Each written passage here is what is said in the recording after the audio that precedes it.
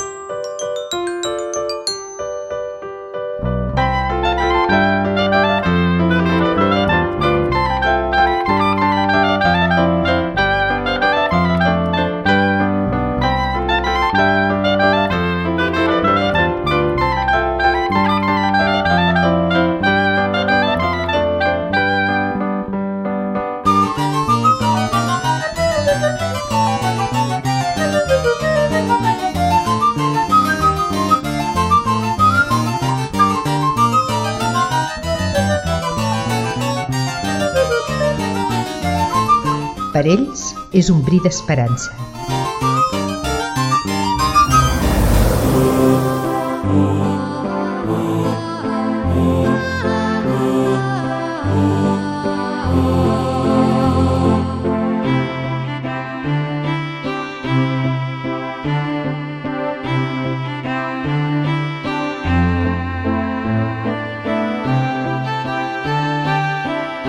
L'Associació Catalana de les Neurofibromatosis recull taps per vendre'ls i invertir els diners en recerca.